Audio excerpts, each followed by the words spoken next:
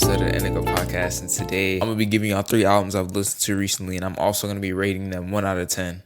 So, obviously, as I've gotten older, I'm apparently pushing 20.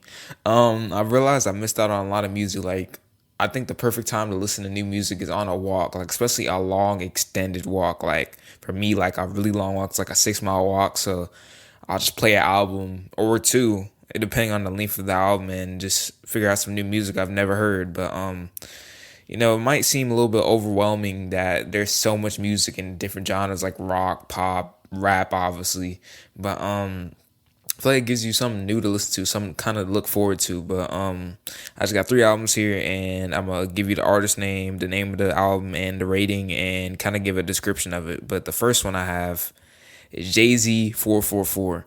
I would give this a 9 out of 10 off of all right, by the way, these are first listens. I haven't listened to these over and over again, so my review might change, but these are off of the first listen of re-listening to or listening to them for the first time. But for this one, I think this is the only one I've listened to the second time, because the first time I was kind of just walking around school. I couldn't really, when you're walking and not like walking, like you're walking to class and stuff, you're kind of incoherent. You can't really understand every single punchline and bar. But obviously I picked up on more lyrics and flows and punchlines, but I just feel like Jay-Z is really smooth and like really, he seemed really like focused. Like in comparison to, like, I've heard The Blueprint, I've heard, well, not all of it, but I've heard some of it. I've heard Reasonable Doubt. They sound good, but in comparison to 444, I just prefer it more. I don't know why. I just feel like, in my opinion, this might be a hot take, but I feel like Jay-Z's gotten better as he's aged. Like, I think a lot of people agree with that too. Because in my opinion, from what I've heard so far, I haven't listened to the Black Album or American Gangster and any of his other stuff. But this is my favorite Jay-Z album. I mean, that might be a hot take because a lot of people like The Blueprint. I like The Blueprint, but it's just like, I don't know. It's just like, I prefer 444. Like, that's just my opinion. But obviously this is his most vulnerable project in comparison to, Reasonable Doubt. That's more like kind of street and coke rap, I guess. And more gangster rap kind of, and him just kind of flowing and giving you bars. But this one sounds like he's really diving into who he is as a person, and he mentions his mom and mentions Beyonce, obviously. And it's just, I feel like he's really talking about his internal struggles and who he is as a man. I really appreciated that from him, and I just can kind of relate to that more. But my favorite song from the album, I would say the title track 444. I just think it's obviously, I would say, the most vulnerable track on the album, and I think it's a really good placeholder because if you look at the track list, I'll put it right there. 444, I believe, is track like 5. I may be wrong on that, but it's like track 4, 5, or 6, something like that. And right after that's Family Feud with Beyonce. So that obviously just confirms that 444 was mainly about Beyonce and their, his infidelities and things like that, and his struggles with love and struggles with, just their relationship and family. So obviously, like I said, it's the most vulnerable, and it just really addresses the whole, I guess there's a whole discourse about him cheating on her. I didn't really dive into that, but apparently he cheated or something, and he's just addressing and really, apologizing and really taking ownership and, responsibility for the infidelity that took place. But I'll say the title track's my favorite song on the album. Need to listen to it more, obviously. With albums, I think you have to listen to it and play it like in playlists to really see like if you like it or not. But 444, that's my favorite song. But next album, I got Pusha T, Daytona. I'd give it an 8.5 out of 10 off of the first listen. I've been listening to it again and again, like through playlists. I might change this to like an 8. Yeah, I'll give it an 8 out of 10. I'll change my rating. It's my first time listening to like one of Pusha's albums all the way through. I was really impressed off the first listen. I mean, his wordplay, mic presence, and punchlines, really clever and good. Production is really nice. I like the features. There's only 2 features. It's Rick Ross and Kanye. Both of them did their thing. Rick Ross slid, Kanye slid. So can't complain about the features. Only 7 songs, really quick listen. I believe it's like 30 to 40 minutes tops. So the features don't feel out of place. With a lot of albums, especially if they're bloated, like a lot of songs, the features sound out of place and like kind of like, why are you here? It could have just been like, it's a lot of features that just ruin the song. Like a prime example is Trippy.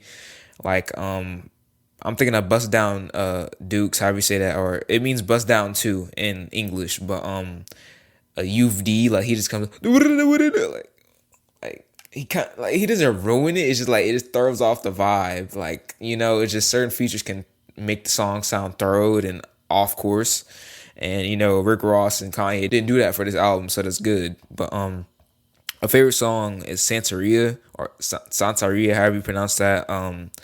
I like the delay effect. I'm a big fan of delay because I used to record, so I'm a big fan of like delay and reverb and like effects, and just the way he adds it to the first few bars of the song to exaggerate what he's saying and amplify it is really cool. And the way he comes in with, punchlines is good as well. I mentioned that, and he just sounds really infectious and like really like in your face. And the beat switch in between the song is really nice, like really good production. Obviously, the only part I'm half and half on is the bridge where it's like this lady singing. I mean, it's cool. I could do without it, to be honest, but if that part was taken out and it was just him rapping and the beat switch, it would be like a 10 out of 10, like low key, like 9 out of 10. But the singing is like, maybe I have to get used to it, but from first listen, it's like, it's cool. It's alright. But I got one more album here, Outkast, Aquemini. I originally gave it an 8 out of 10. I think I slightly, it's either 8 or 10. I'll give it an 8.5 out of 10. I'll give it an 8.5 out of 10. I just think it'll grow on me more over time. I think I enjoyed Daytona slightly more off the first listen, but obviously the lyricism from Andre and Big Boy are great.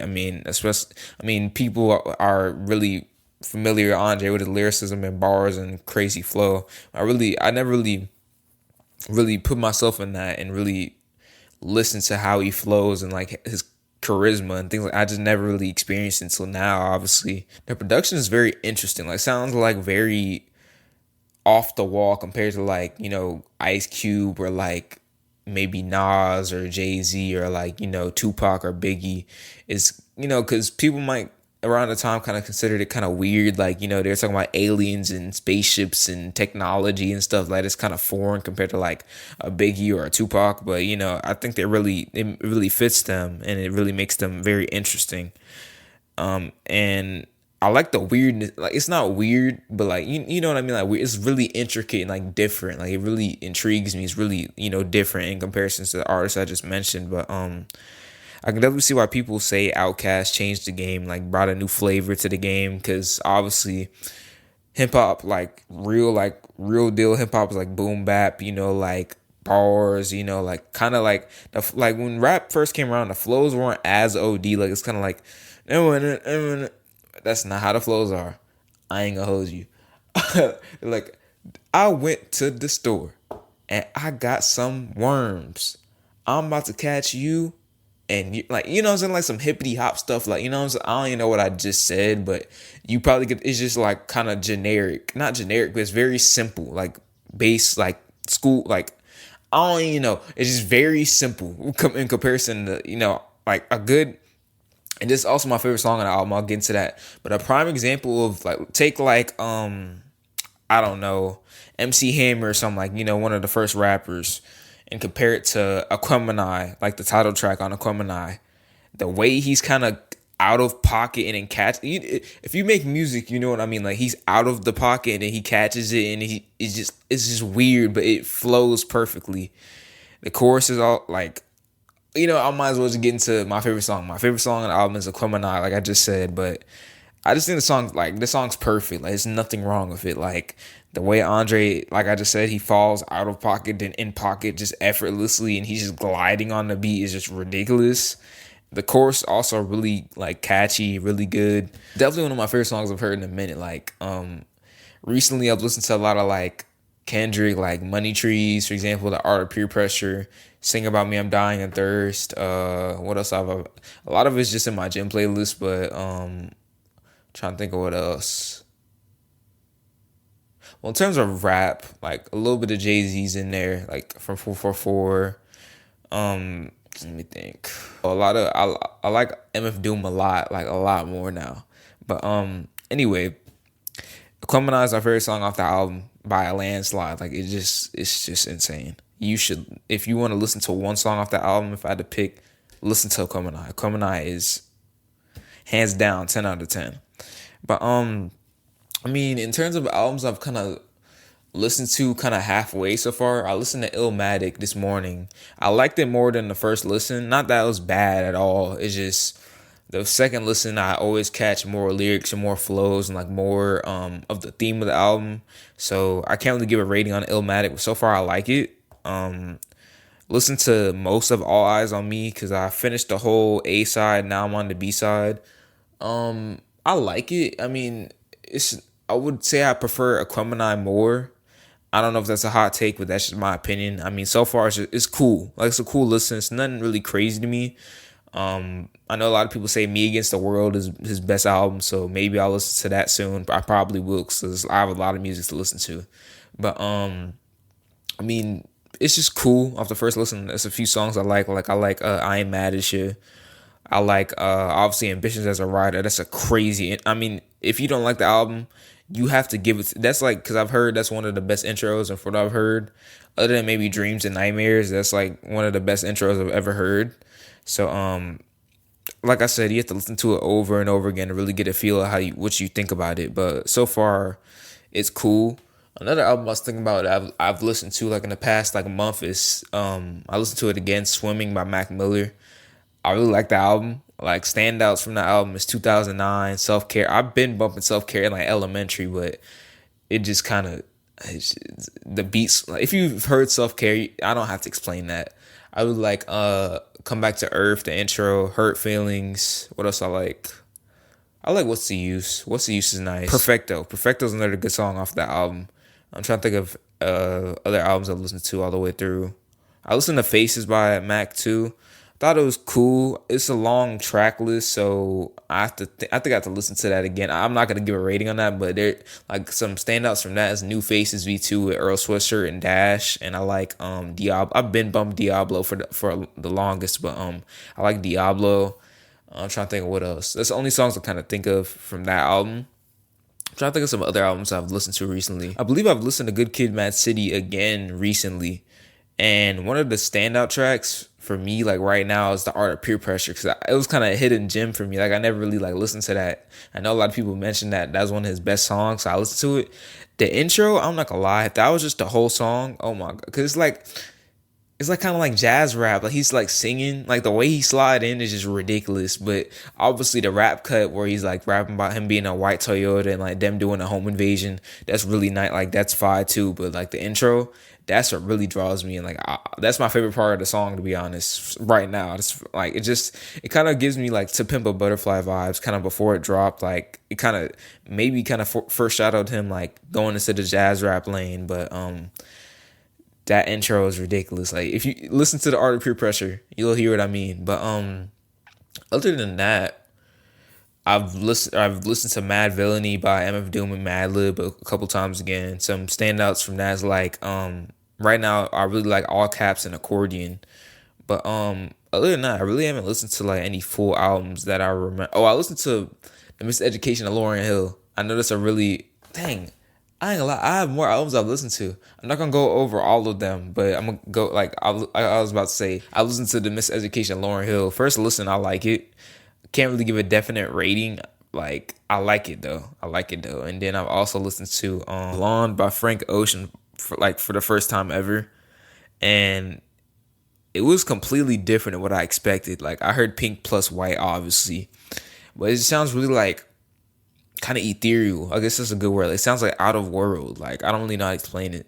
I like it. I need to listen to it again, but I like Nike's the intro. Really interesting. Like the way he's like the one standout from that whole album is like the way he's pitching his vocals. Like it, like obviously it's him, but it just sounds really like kind of like I don't know. Like it just sounds different. But I need to finish Channel Orange. So far, I like Channel Orange more than Blonde, but I gotta finish the album obviously to give you a definite answer. But that was the main three was 444, Daytona, and Aquemini, but I obviously just named like 5 trillion other ones because I just want to let y'all know what I've been listening to. But my favorite album I've listened to recently, if I had to pick one, is probably 444. Like in terms of just the consistency, like how much I enjoyed it, I would say that's my favorite one I've listened to so far. But Let me know what albums y'all been listening to. Let me know albums y'all want. Like y'all want me. Maybe I could do an album review on here and let y'all know what I think about it. But that's episode 27, and I'm gonna see y'all next time.